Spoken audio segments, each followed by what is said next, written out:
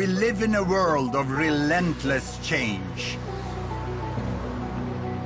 Huge migrations of people to new megacities, filling soaring skyscrapers and vast slums. Ravenous appetites for fuel and food, unpredictable climate change. And all this in a world where the population is still growing. Should we be worried? Should we be scared? How to make sense of it all?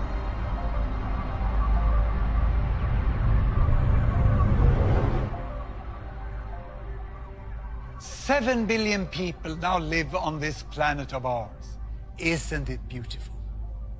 But when some people think about the world and its future, they panic. Others prefer not to think about it at all. But tonight, I'm going to show you how things really are. My name is Hans Rosling. I'm a statistician at... No, don't switch off. Because with the latest data from all countries, I'm going to show you the world in a new way. I'm going to tell you how world population is changing and what today's data tell us about how the future of the world will be. We undeniably face huge challenges.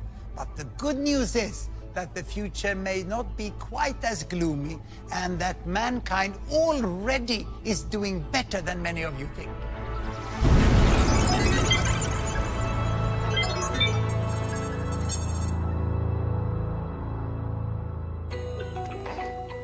Babies, each one a blessing. But many people think population growth is out of control. Some even talk of a population bomb. Are they right? So where are we with population today, and how did we get here? I'm going to tell you a story about everyone who ever lived. Well, at least during the last some 1,000 years. Here we go. I give you 2 axes. This is time in years, and this one here is world population in billions. In the year 10,000 BC, when the first people were becoming farmers, then the archaeologists estimate that the world population was only 10 million. Imagine 10 million, that's like Sweden today. A world of only Swedes. But then, as the millennia passed by, more farmers, food and people, and great empires could emerge. Egypt, China, India, and finally Europe. And population continued to grow, but very slowly. And I stop here at the year 1800, because 1800, that's when world population became 1 billion. Imagine all that time, the population growth was just with a tiny fraction of a percent through thousands of years. But here, 1800, with the Industrial Revolution, everything changed, and population started to grow faster. In little more than 100 years, it reached 2 billion. And then, you know, when I was at school, it was 3 billion. And many people said, the planet cannot support more people. Even experts said that. But what happens was this, you know, we became 4 billion, 5 billion, 6 billion, 7 billion. Imagine, more than half of the world population have been added during my lifetime. And the number is still rising.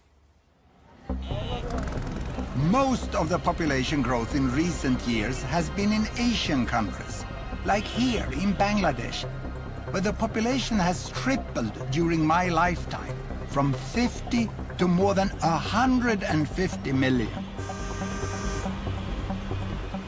It's now one of the most densely populated countries in the world. Some 15 million already live in the very crowded capital, Dhaka.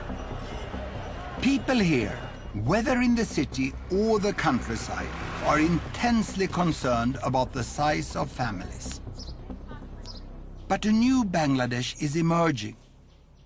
Like the Khan family, Mum Taslima, daughters Tanjina and little Sadia, and Dad Hanan. মহিলাদের সাজার জন্য বহুত time লাগে, পুরুষদের তো এত time লাগে না। হইছে তোরে বাবা, এই যে আবার হাত দিয়ে মুছছে লেলা দিলে কিলা হইলো। Both Taslima and Hanan come from large families themselves, but they've decided to have just 2 children.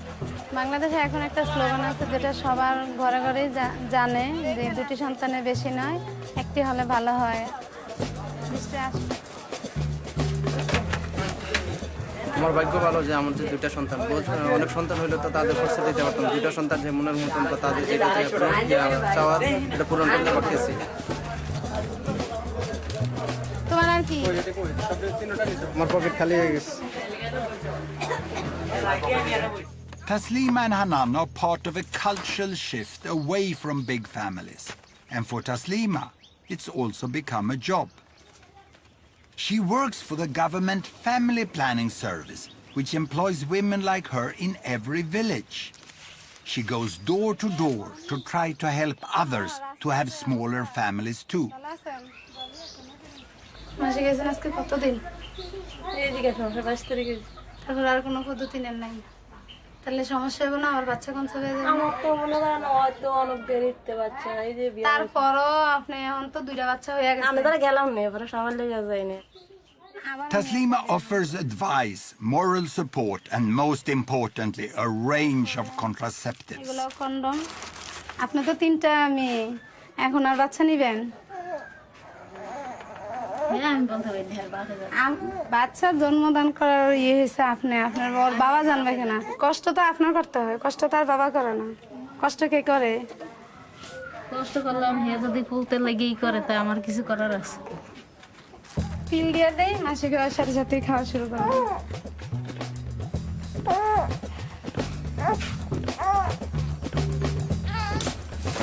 যে অনেক যারা একটু কম শিক্ষিত এরা বুঝতে চায় না, বুঝাতে হয়, অনেক সময় লাগে এই আর কি।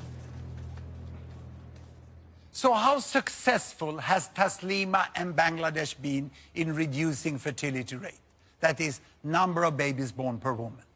In Sweden, we set up Gapminder Foundation to make the world's data available in a way that everyone can understand. So I can show you the situation in Bangladesh and what has happened. Here, a horizontal axis, babies per woman, all the way from 1 to 2 to 7 to 8. And here, a vertical axis, that is lifespan, life expectancy, how many years a newborn can expect to live, from 30 all the way up to 90. Now, we start in 1972, a very important year for Bangladesh, the first full year of independence. That year, Bangladesh was over there, and they had on average 7 babies per woman, and lifespan was less than 50 years. So what has happened after independence? Have life become longer in Bangladesh? Have children become fewer? Here is the data. I start Bangladesh. Indeed, you know, life is getting longer and babies fewer, 6, 5, and life even longer, 4, 3, and they land now almost to 2. It's 2.2 and the lifespan is 70. It's absolutely amazing. In 40 years, Bangladesh have gone from 7, 6, 5, 4, 3, 2. It's a miracle that has happened in Bangladesh. But is it only in Bangladesh? Well, I'll show you the whole world. I will go back 50 years in time to 1963. Here are all the countries. And these green ones is America, North and South. The yellow ones is Europe, East and West. And blue is Africa, North and South of the Sahara. And red is Asia, and we include Australia and New Zealand. The size of the bubble show the size of the population. Look, the big ones over there is China and India, and Bangladesh is just behind. In 1963, the average number of babies born per woman in the world was 5. But it was a divided world. Can you see that? These countries over here, the developed countries, they had small families and long lives. And then there were the developing countries over here, and they had large families and short lives, and very few were in between. But now we'll see what has happened. I start the world. Here we go. And you can see that China is getting, the big bubble is getting to better health, and then they start family planning, they move along to smaller families, and the big green, look at Mexico. Mexico is coming there, and this is Brazil, also the green in Latin America, and here India is following. India is following. The big red bubbles are Asian countries going this way. Many Africans are still with many babies born per woman, and then Bangladesh over there overtakes India on its way to the small family, and now almost all go up to this bubble. Even Africa now starts to move. Ooh, that was the earthquake in Haiti. And now everyone ends up there. What a change we have. Today, you know, in the world, the average is 2.5. Imagine, you know, it used to be 50 years ago 5. And the world has changed. The average number of babies born per woman have gone from 5 to 2.5. And it's still decreasing. What a big change. People would think that Bangladesh and countries like that is some sort of epicenter of a population bomb. They couldn't be more wrong. To me, health workers like Mrs. Taslima and their colleagues, who have taken their countries from this side all over in a few decades to much better health and small families, they are the heroes of our time. It's an amazing change that has happened. We no longer live in a divided world. But how much do people know about this amazing change? At Gapminder, we not only show data, we also measure how much people know or don't know about the world. So we did a first survey in Sweden. The results were depressing. So we did our second survey in Britain. And we had high hopes because the British have been all over the place, you know. So we thought we would get good results here. The first question we asked was, how many babies do women have on average in Bangladesh? And we gave 4 alternatives: 2.5, 3.5, 4.5, or 5.5. This is the result of the British survey.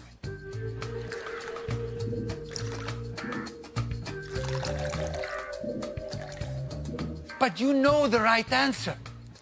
It's 2.5. Only 12% of the British got it right. So we thought that perhaps it was those with low education who dragged down the result. So we segmented those who had been to the fine British universities and had a university degree. And here they are. This is the result.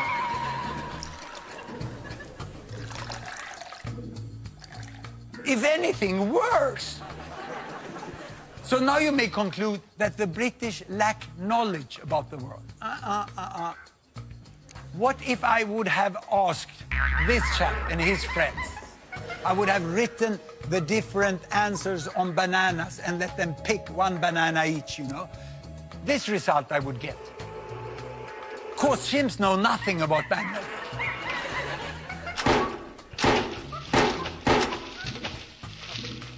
But by pure random, they will pick twice as many correct answers as the British. And of the British, you know, more than half of the British people think it's 4.5 or more. The problem here is not lack of knowledge, it's preconceived ideas. The British cannot even imagine, cannot even guess that women in Bangladesh have 2.5, and you know it's really 2.2 already. This is what the Brits don't know, that Taslima and her family are the norm in Bangladesh today, the most common family size. And it's not only there, it's all over the world. In Brazil, 2-child families. Vietnam, 2-child families. And even in India, the most common family size is 2 children today. And also if you go to the African continent, you go to the big cities here, Addis Ababa, you have less than 2 children per woman today in Addis Ababa.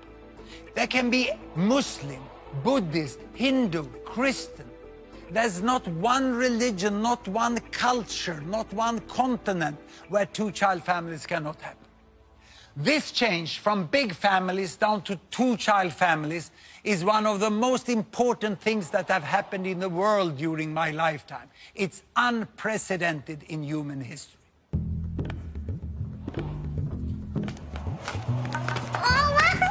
Here we are, back in Bangladesh.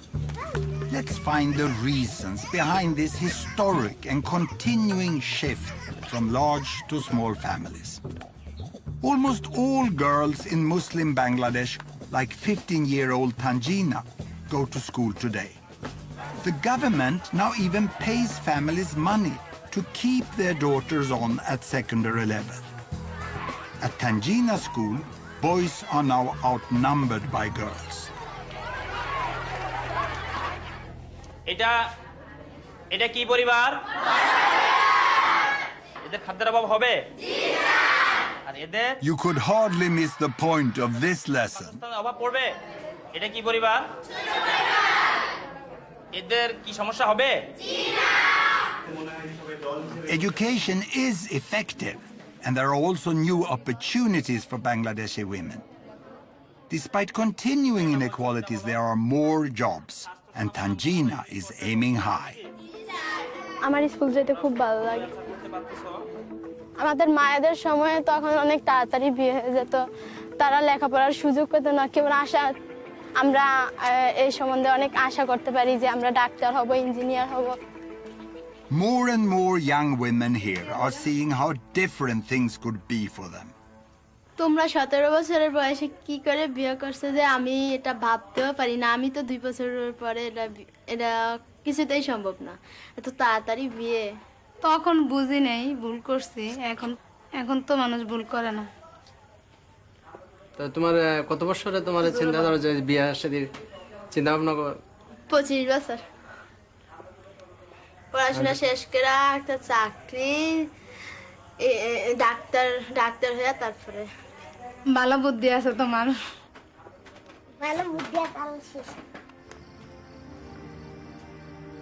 It's wonderful to see Taslima so full of hope for a bright future for her 2 daughters. But one essential transformation underpins the change in Bangladesh. It's a dramatic improvement in child survival.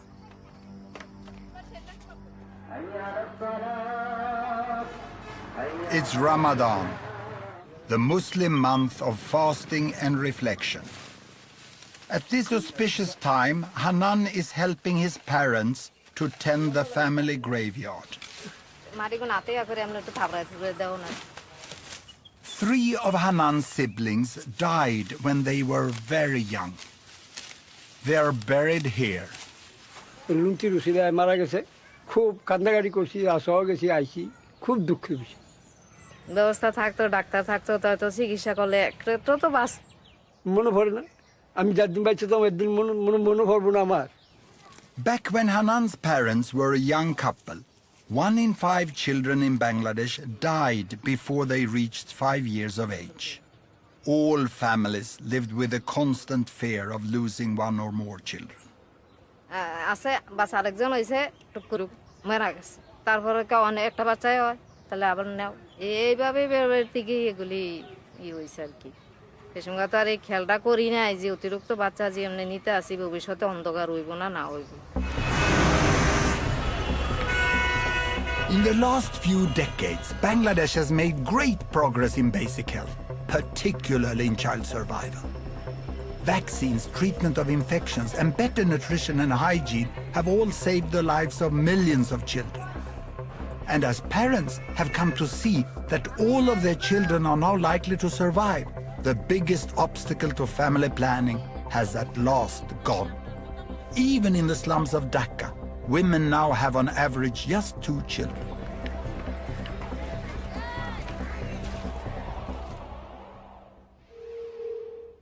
Child survival drives everything. Let's go back into history. Why did the world population grow so slowly before 1800? Well, throughout history, all historical records show us that on average, 2 parents got more or less 6 children. But that looks as a very fast population growth. So why didn't it grow? Because 1, 2, 3, 4 of the children died before growing up to become parents themselves. People in the past never lived in ecological balance with nature. They died in ecological balance with nature. It was utterly tragic. But with the Industrial Revolution, this changed. Better wages, more food, tapped water, better sanitation, soap, medical advances, you know. So why did then, from all these advances, why did population grow? Was it because they got more children? No. 1963, that year when I was at school, actually the number of children per woman had decreased a little in the world to 5. And the reason for the fast population growth was the improved child survival. 4 survived at that time. But still, 1 out of 5 died. That was still terrible. So it's only in the recent decades that most of the countries have taken big leap forwards in child survival and in family planning, so that we are now approaching the new balance. And it's a nice balance. 2 parents on average get 2 children that survive. We have families in a very happy balance. This is the most normal family situation in the world today. And what does this mean for the future here? I will show you the projection, the best projection into the future from the finest demographers we have at the Population Division of the United Nations. And it looks like this. It's going to continue first up to 8, and then it goes up to 9, and then it goes here. But see, it's slowing down. By the end of the century, it's becoming more flat there. And if I do a close-up on this, you can see that we are expecting a slowing down and the end of fast population growth. But of course, this is a projection that has a certain degree of uncertainty. But we are sure that we are at the end of fast population growth within this century. It's all due to a remarkable effect of the falling fertility rate. Look here, if we go back into this, I'll show this by showing you the number of children in the world. The number of children from 0 to 15 years of age. Here they come. Look, the number of children there increased slowly, and then also it increased rapidly. So by the turn of the century here, there were 2 billion children in the world. And to me, that was an important year, because that was when Doris was born. That's my first grandchild. And she was born at a very special time for children in the world, you know. Because the specialists, the demographers, estimate that from this year, the number of children in the world will continue like this. It will not increase any longer. By the end of the century, we will still have 2 billion children in the world. When Doris was born is when the world entered into the age of peak child. The number of children are not increasing. Now, this will confuse you, because how can then the total population grow like this if the children doesn't increase? Where will all these adults come from? And to explain that, I have to leave this fancy digital stuff and show you real powerful educational material we have developed. And it's here. I will show you the world population, ladies and gentlemen, in the form of foam blocks.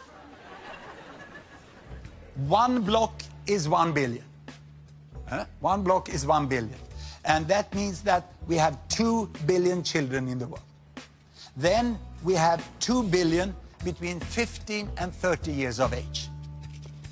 These are rounded numbers. We have 1 billion 30 to 45. We have 1 billion 45 to 60. And then we have my block, 60 years and older. We are here on top. This is the world population today. And you can see that there are 3 billions missing, like here. Only few of them are missing because they have died. Most of them are missing because they were never born.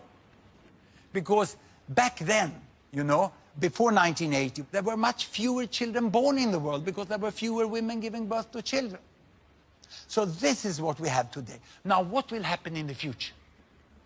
Do you know what happens to old people like me? They die. Yes. There was someone here who works in hospitals. Yeah? So they die. The rest, they grow 15 years older and have 2 billion children. These ones are now old, time to die. And then these ones grow 15 years older and they have 2 billion children. This one die, and the rest grow 15 years older and have 2 billion children. And without increasing the number of children, without increasing the length of life, we have 3 billion people more by this big inevitable fill-up of adults, which will happen just when the large young generations grow up. Now, there's one more detail, which is good news for the older ones here, like me, that it's estimated that the old people will live a little longer. So we have to add 1 billion more for the old here on the top. And I'm desperately hoping that I will be part of that group, because then I can live long and read the annual statistic as they come reporting every year. But when I talk to many fine environmental activists, which are really have a good concern about the environment, they very often tell me, we have to stop population growth at 8 billion. But when I then talk with them, first they don't know that we have reached peak child. And then they are completely unaware that most of the remaining population growth is an inevitable fill-up of adults. So we will end up with more or less this amount of people. So we know how many billions there will be, but what about where they live, now and in the future? There you have the world, and here are the 7 billion.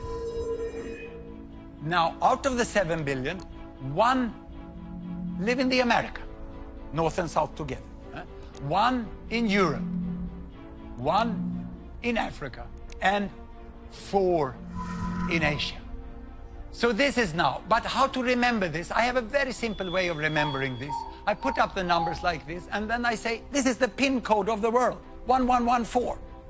Now, what will happen up to mid-century? That we know fairly well. Europe, no increase. In fact, the European population is decreasing. In America, a little more people, mainly retired people in Latin America, so it makes no difference. It's more or less the same.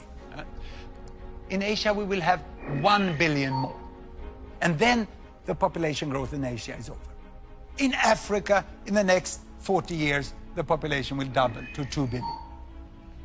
Now, to the end of the century, well, we know quite well, no more people in Europe, no more in America, no more in Asia. But Africa is set, as we have data today, for another doubling. So there will be 4 billions in Africa.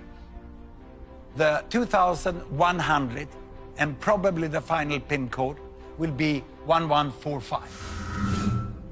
So in 2100, there will be quite a different world. The people who live in what I call the Old West, in West Europe and North America, will by then be less than 10% of the world population. 80% of the world population will be living in Asia and Africa. But will there be resources enough to sustain them? Well, this will be a huge challenge, and nothing will come automatically. But my take is that it is possible for all these billions to live well together.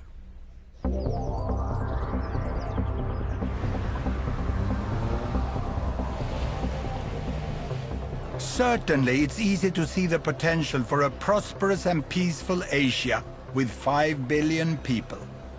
Japan, South Korea, and others are already rich.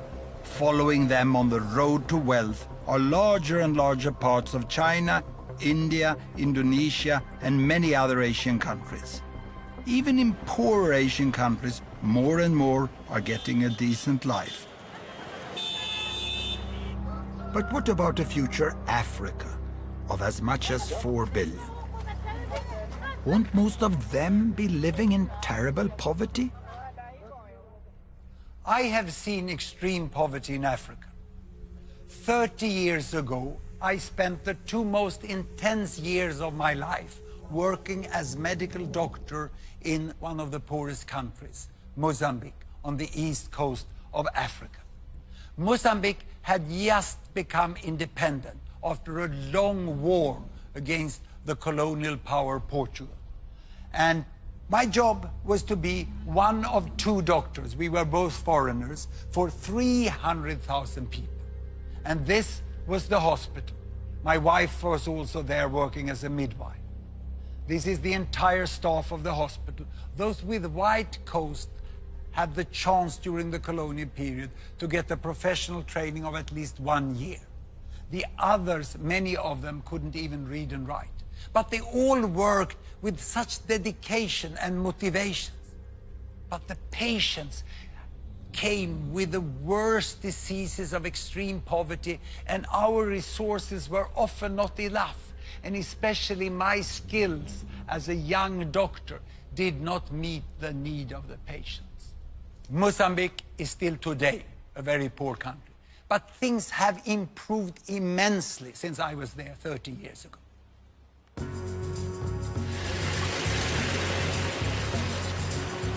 For a start, there's now a brand new hospital in the town where I worked 30 years ago. The new, much bigger hospital has 15 doctors, and 11 of them are Mozambicans. All the staff are now well trained. The director of the hospital is Dr. Kashimo, the obstetrician. Tudo indica que estamos perante uma gravidez gemelar. The transformation here is amazing to me. Temos o serviço de urgência, de pediatria e cirurgia e ortopedia. Hoje temos grandes laboratórios, as farmácias que funcionam 24 horas. They routinely save women in childbirth with cesareans, something that was impossible when I was there.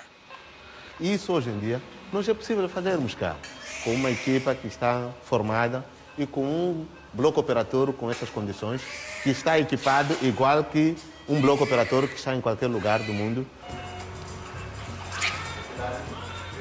Everything has improved so much. Those born in Mozambique today should have a much brighter future.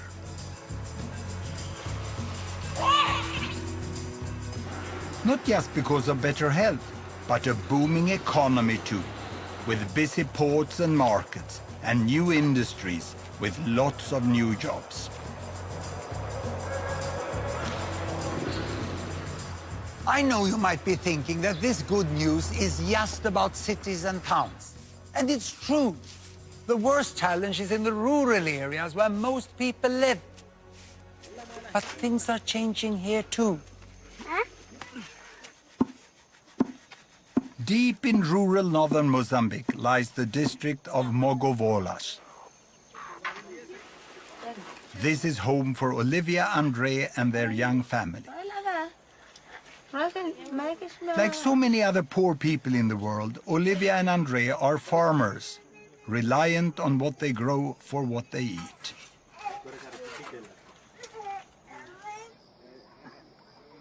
It's 4 a.m. and the day's tasks beckon. Andre heads straight to the fields. Olivia first goes to fetch water. Both have to walk miles to get anywhere. Well, okay, I started over Billy. Hey, Kapanya to water, sir. And Nick, I started in the water, Billy. I'm taking Pia, but he give only a kilometer. With no other means of transport, everything has to be carried. Olivia and Andre have 8 children. Fertility rates are still high in much of rural Africa, and it's the poorest families who have the most mouths to feed. Anything this family can spare, they'll sell. Mi kirero o sofereri masikinoli mape kinoli mape wakule purututu masivali wakule purututu ne nkimpanyere tu parawera permenu shikiwe he opanya mzuruku wawera kitihe kaba na akalaba. Yet economic growth is slowly trickling into the countryside. Empagela kitenka kichapele nonela ki kivandri yakataru. Now Andre has set his sights on one thing he believes will change everything. Pankerero vela vela. Kinamochela weta mahoi kana chinki. Bicycles can make a huge difference to the lives of the rural poor. They save hours every day and get so much more done. With a bicycle, they can carry much heavier loads to the market and earn more money. They can travel to find work. And if they get sick, they can reach a health clinic in time. Opora kitume chinka kino riri kino teli ya pen kino kala normal teli ya poroke e chinka etoke hikale chinka etok owe tuyo etoke yo kelonke. Andre and Olivia have been putting money away for 2 years. They haven't quite enough yet. Everything now depends on the sesame seeds, which they are just harvesting. If they can get a good price, they might just make it. Andre and Olivia live in one of the poorest countries, and they live in the rural area, which is the poorest part of that country. So how many people are there in the world living like they? And how many are there that are poorer? I'm going to show you this yardstick. Very simple, poor and rich. And here I have all the 7 billions again. They are in a very simplified way lined up there from the poorest to the richest. Now, how much does the richest billion earn here in $1 per day? Well, let's look here. Ooh, it's coming up, it's coming up. Ooh, yo. I can't even reach $100 a day. Then let's look at the middle billion, who is exactly in the middle. How much do they earn? It'll come, yes, just 10. And then I go over here to the poorest billion. How much do they get? Well, just 1. This is the difference of the world today. And the economists, they draw a line which they call the line for extreme poverty, a little above $1. That's when you hardly can have enough food to feed the family. You cannot be sure that you have food all days, you know. And 1 billion is clearly below that still. And the second billion is sort of divided by that line. And then the others are above it. Now, the poorest people, they can hardly afford to buy shoes. And when they get shoes, the next thing they will save for is bicycle. This is where Andre and Olivia is. And after bicycle, you will go for the motorbike. And then after the motorbike, it's the car. And I remember when my family got the first car. It was a small grey Volkswagen. The first thing we did was to go to Norway on holiday, because Norway is so much more beautiful than Sweden. It was a fantastic trip. And now I'm in this group. I can go, like the richest billion, we can go on holiday by airplanes. Of course, there are people who are much richer than the airplane people. Some are so rich, so they're even contemplating that they should go as tourists out into space. And the difference in income from the airplane people to the very richest over there is almost as big as it is from the airplane people here, you know, all the way down to the poorest in that side. Now, the most important to remember from this yardstick is this. And I need to show you this, I need my stepladder. Sometimes you need some old, well-functioning technology also. Here.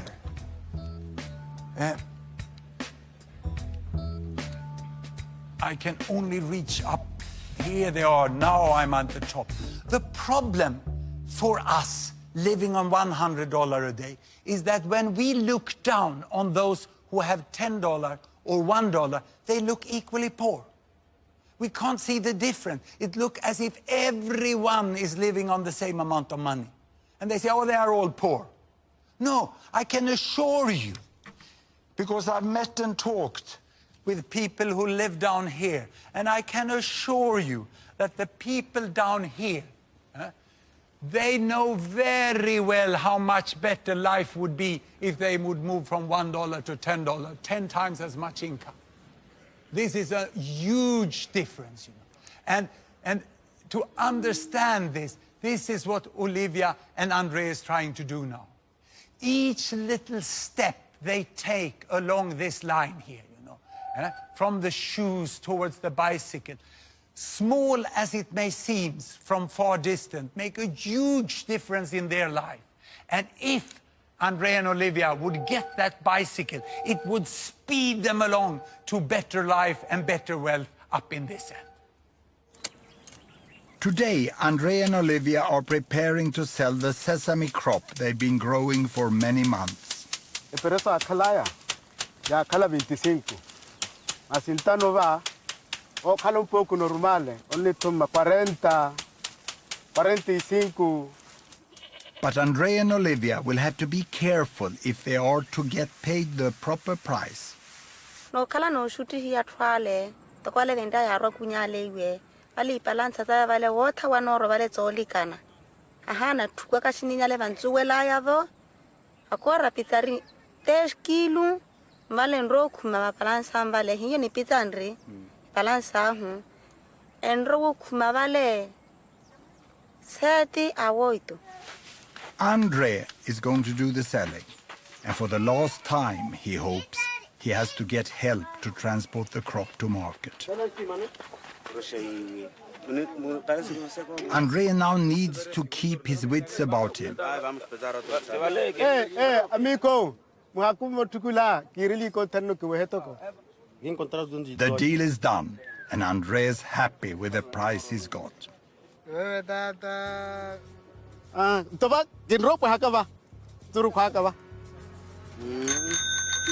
It's the moment the family have worked so hard for. Hola. Yaroa. Hola. Yaroa.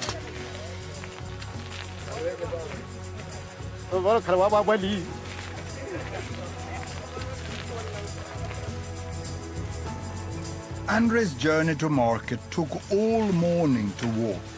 Now, in less than an hour, he can ride home.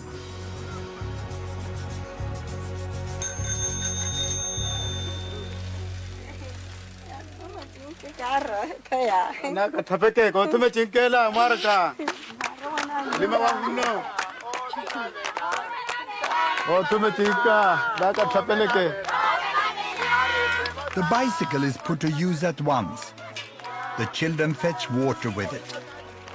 Andrea carries more crops to the market.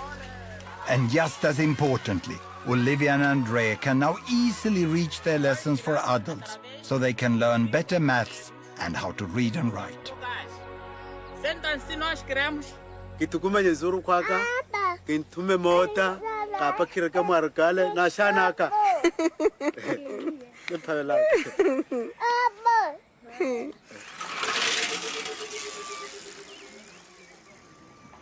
It's so great to see Olivia and Andrea pedaling their way out of extreme poverty. And they use the bicycle to go to literacy classes. Education is so important for the progress of people and nations.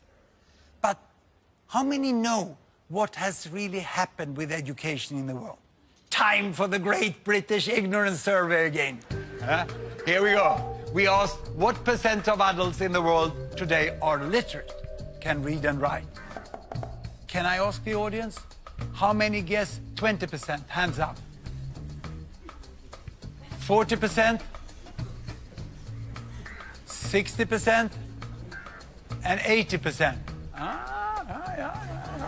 This is the result of the British sample.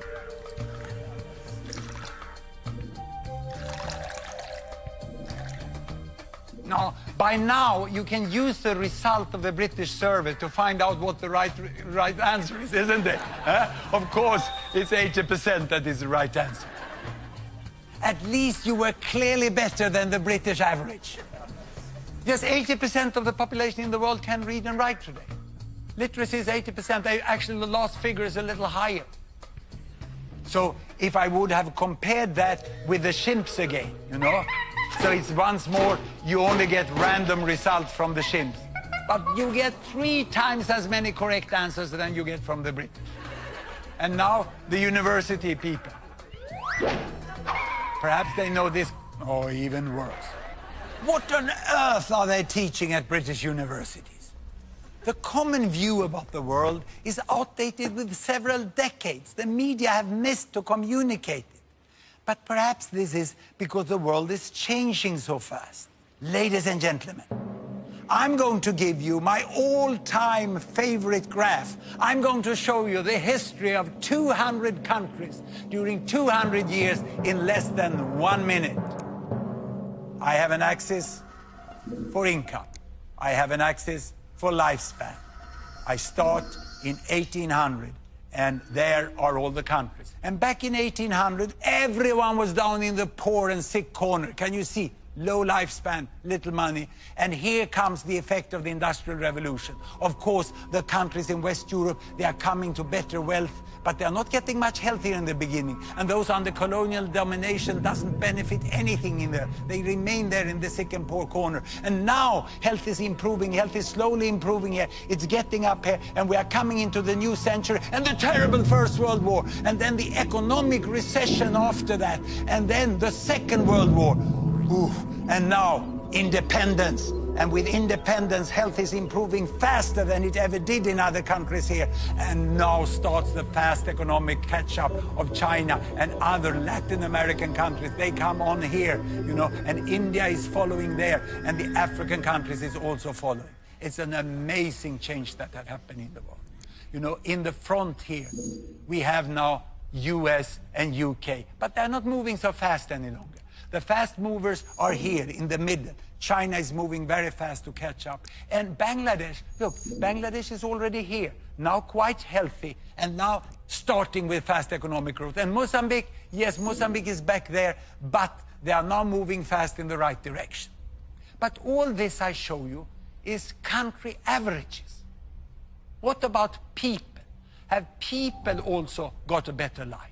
I'm now going to show you something which makes me very excited as a statistician. I'm going to show you income distribution, the difference between people. And to do that, I take the bubbles back 50 years, and then we are going to look only at money. And to do that, we have to expand and adjust the axis, because the richest is so rich and the poorest is so poor. So this will be a bigger difference than between the countries. And what we do now is that we let the country fall down here, this is United States, and spread to show the range within the country. And I take down all the countries in the Americas. And now you can see from the richest person to the poorest person. And the height here shows you how many there are on each income level. And now let's take down Europe. And on top of that, I'm going to put Africa. And finally, the region with most people, on top of everything, Asia. Now, in 1963, the world was constituted by two humps. First, the richest hump. It's like a camel, isn't it? The first hump here with the richest is mainly Europe and the Americas. And the poorest hump over here is mainly Asia and Africa. And the poverty line was there. Can you see how many people there were in extreme poverty 50 years ago? And most of them were in Asia, and people were saying Asia will never get out of poverty, except that some people are still saying about Africa today. Now, what has happened? I start the world, and you can see that many people are born into poverty here, but Asia goes towards higher income, and 1 billion goes out of extreme poverty this way, and the whole shape of the world changed, and the camel is dead. It's reborn as a dromedary. And what you can see here, you know, is the variation from the richest, that is most people in the middle. And there's a much smaller proportion of the world now in extreme poverty. But be careful, it's still a lot of people, more than 1 billion people in extreme poverty. Now the question is, can this move out of extreme poverty now continue for those in Africa and even for the new billions in Africa? I think it's possible, even probable, that most countries in Africa will rise out of poverty too. It will need wise action and huge investment, but it can happen.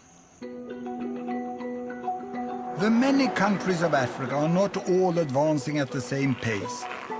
A few are moving very fast, others are stuck in conflict. But most, like Mozambique, are now making steady progress. And what about feeding all the new African people in the future? Yes, there are shortages today, but there is also much potential here. Agricultural yields in Africa are just a fraction of what they could be with better technology.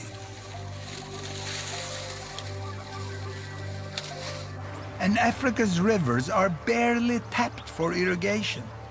One day, Africa could hum with combine harvesters and tractors and grow food for many more billions.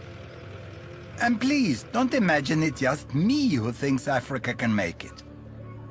The United Nations is about to set itself a new official goal, eliminating extreme poverty within 20 years. Everyone understands it's a huge challenge, but I seriously believe it's possible. Imagine if that would happen. Now, what we have seen so far is that the rich end, it moves. And the middle, it moves. But this poorest end is stuck.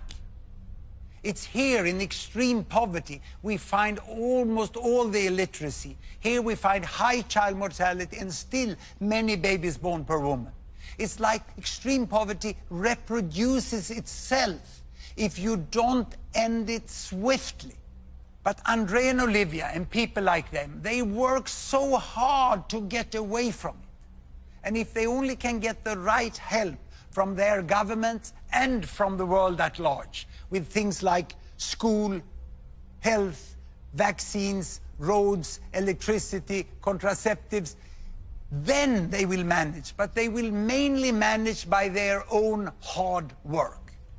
Here we go, you know, go on, follow Andrea and Olivia across the line, you know. It is possible within some decades, yes.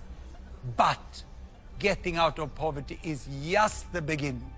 People want to continue along this line to a good life. But what does a good life mean? For most people in the world, the good life they are striving for will mean more machines and much more use of energy. So there's a problem, because all this adds to one of the great threats for the future, severe climate change. 80% of the energy the world uses is still fossil fuels. And the science shows that the climate may change dramatically in the future because of the carbon dioxide emission from continuing to burn all these fossil fuels. I'm not the best person to tell you how bad climate change will be, nor am I a specialist on how to prevent it. What I can do is to show you data to make you understand who is the one that emits the carbon dioxide. I will show this. You remember the yardstick from the poorest billion to the richest billion, from the one who hardly can afford shoes to the one who fly with airplanes. Now, this shows the total amount of fossil fuel used in the world during 1 year. Coal, oil, and natural gas. And it represents more or less the total emission of carbon dioxide. Now, how much of that is used by the richest billion? Half of it. Now, the second richest billion? Half of what's left. Then you understand what the third use. Half of what's left. And the others use hardly anything. This is rounded numbers, but it clearly shows, you know, that almost all the fossil fuel is used here by the 1, 2, 3 richest billions. More than 85% they use. Now, the richest billion here at least have stopped increasing, but we are yet to see whether they will decrease. And in the coming decades, it's the economic growth of these two that will increase the fossil fuel use and the carbon dioxide emission. Even if these ones over here come out of extreme poverty and get richer all the way to the motorbike, that doesn't contribute much to the emission of carbon dioxide. And regarding population growth, most of the additional billions in the next 40 years will be in this group here. But still, if you ask people in the richest end, they seem to get everything wrong. They look down on the world from their very high emission, and then they say, oh, those over there, you cannot live like us. You will destroy the planet. You see, I find the argument from the people here catching up to be much more correct than logic. They say, who are you to tell us that we can't live like you? You better change first if you want us to do it differently. There are many essentials to having a good life that billions in the world do not yet have. Andre's village and house, and so many like them, don't even have electricity. Mozambique has huge coal reserves. And if it and the other poorest countries build affordable new power stations burning coal for electricity and industry, I don't think anyone who emits more carbon should interfere. Now, what I'm going to do is ask you 2 questions that I often ask my Swedish students. The first one is this: how many of you have not traveled by an airplane this year? Quite a few can do without flying. So the next question is, how many of you have stayed away from washing machines and you have hand washed all bed sheets, clothes and laundry during the last year? I thought so. No one. Everyone who can afford use washing machine, even the hardcore in the environmental movement. And I still remember the day when my family got the washing machine. It was the 1st of November, 1952. Grandma was invited to be the first to load the machine. She had hand washed her entire life for a family of 9. And when she loaded the machine, she sat down on a footstool and she watched the entire program during 1 hour. She was absolutely mesmerized. For my mother, it also meant a lot of more free time to do other things. She could read books for me. I think that's what made me professor. No wonder we said, thank you, steel mill, thank you, washing powder factory, thank you, electrical power station. Now, when thinking about where all this leaves us, I have just one little humble advice to you. Beside everything else, look at the data. Look at the facts about the world, and you will see where we are today and how we can move forwards with all these billions on our wonderful planet. The challenge of extreme poverty have been greatly reduced, and it's for the first time in history within our power to end it for good. The challenge of population growth is in fact already being solved. The number of children have stopped growing. And for the challenge of climate change, we can still avoid the worst.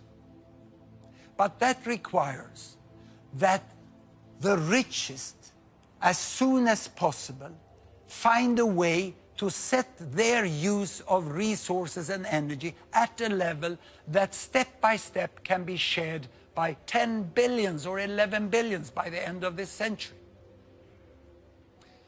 I've never called myself an optimist, but I do say I'm a possibilist. And I also say the world is much better than many of you think. Thank you very much.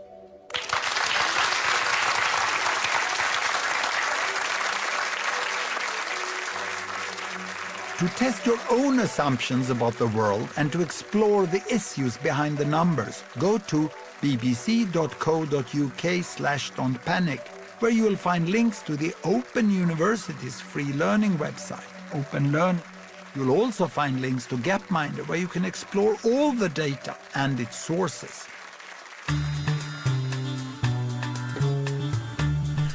And the realities of population growth in developing world countries later, when BBC Two heads to the Philippines and the world's busiest maternity ward in Manila at 11:20. But next, we'll mock the week again.